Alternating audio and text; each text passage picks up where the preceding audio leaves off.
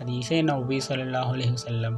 ایک مرتبہ آپ صلی اللہ علیہ وسلم نے فرمایا، درختوں میں سے ایک درخت ایسا ہے کہ اس کے پتے نہیں جھڑتے، اور مسلمان بھی یہی مثال ہے، بتلاؤ وہ کون سا درخت ہے؟ یہ سن کر لوگوں کے خیالات جنگل کے درختوں میں چلے گئے۔ عبداللہ نے کہا کہ میرے دل میں آیا کہ بتلاؤں وہ کھجور کا درخت ہے، لیکن وہاں بہت سے بزرگ موجود تھے، اس لیے مجھ کو شرم آئی۔ آخر صحابہ نے عرض کیا، یا رسول اللہ صلی اللہ علیہ وسلم، آپ ہی بیان فرما دیجئے۔ آپ صلی اللہ علیہ وسلم نے بتلایا کہ وہ کھجور کا درخت ہے۔ صحیح بخاری حدیث نمبر 62۔